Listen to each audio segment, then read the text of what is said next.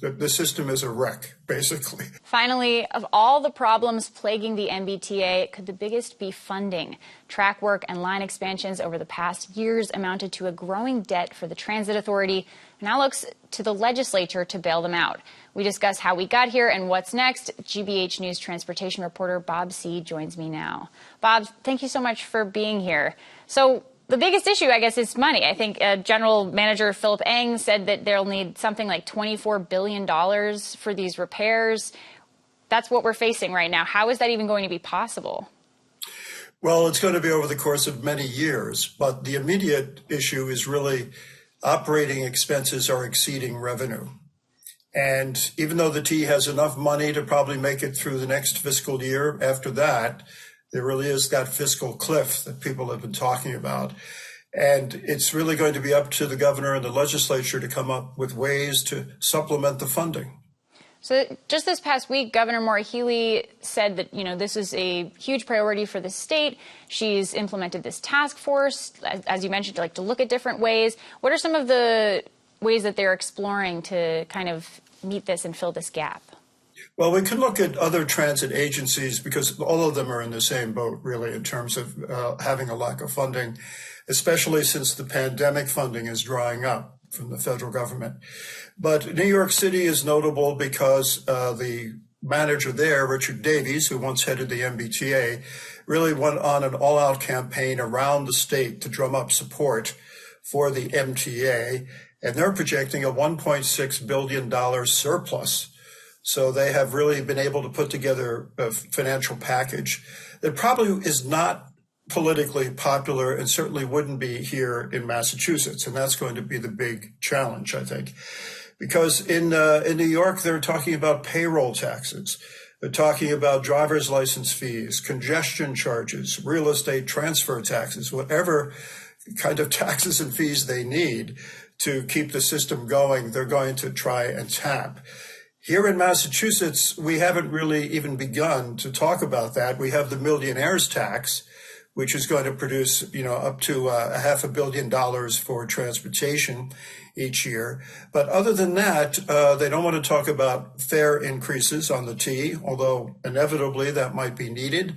And I think assessments on MBTA communities, which have dropped in the past few years, might have to go up again.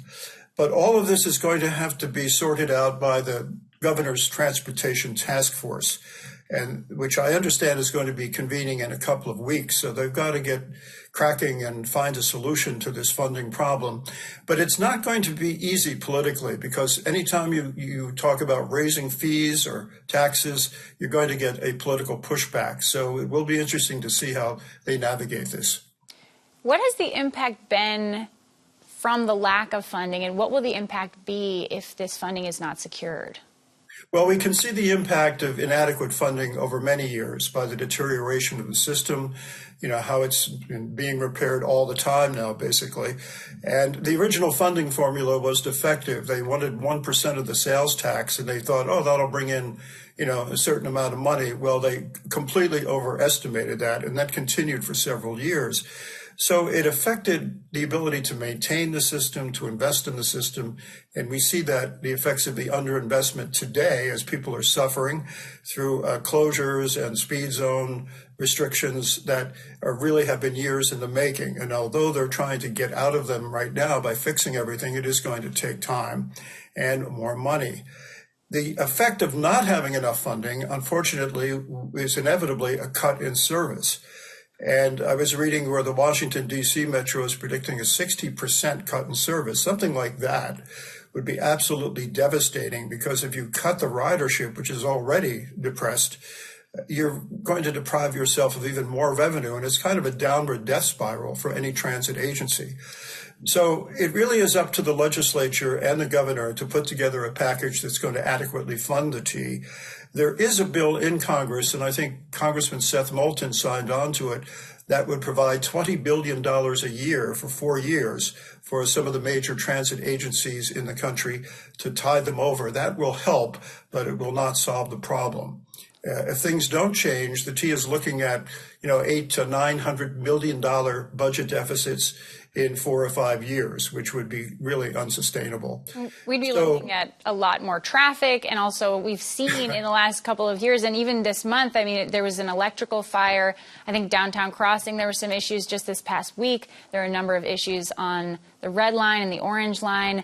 A lot of that was attributed from the MBTA to extreme weather. Is that normal winter weather, or is that just a deferred maintenance issue? No, it's the deferred maintenance. It's clear that the system is a wreck, basically. And it's been left really, it's been neglected for so many years. And anything like that, when you try to fix it, it takes more money and it takes more time to do it. And I think that basically they have a good plan on pulling the T back together. But until they do, people aren't going to be riding it, and we're going to still have that depressed ridership and depressed revenue. So it's really important that they get the system up and running as fast as they can. Other than that, there are going to be some tough times ahead for transit funding, but it's one of those things that, as you mentioned, the traffic, politically, people don't like the traffic, and if they don't like the traffic, they're going to have to address the needs of the public transit system to alleviate some of that. So I think that's what the message that has to be out there that people have to understand. And it's not going to be cheap. It is going to be expensive and time consuming, but it's something that really has to be done for the health of the city and the region.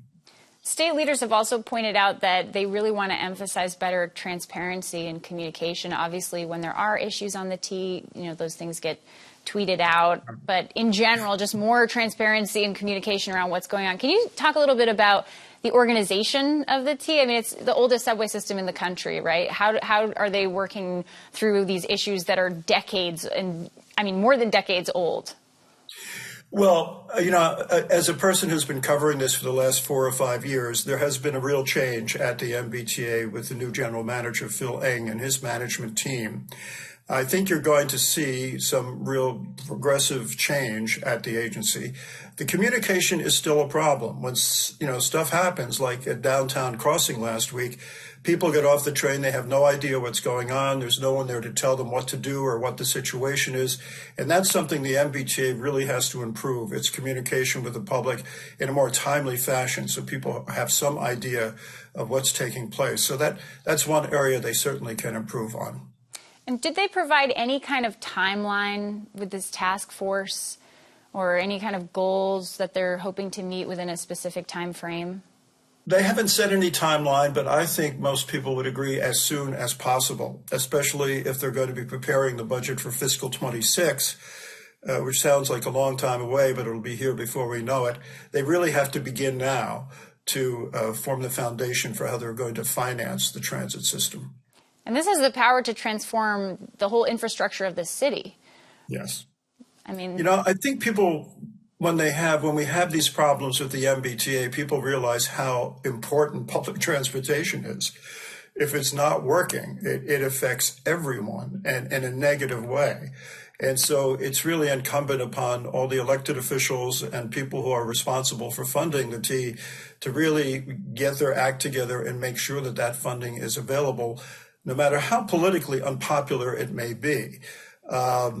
People don't like new taxes and they don't like new fees, but that may be what we have to do in order to get enough money to run the transit system that we want.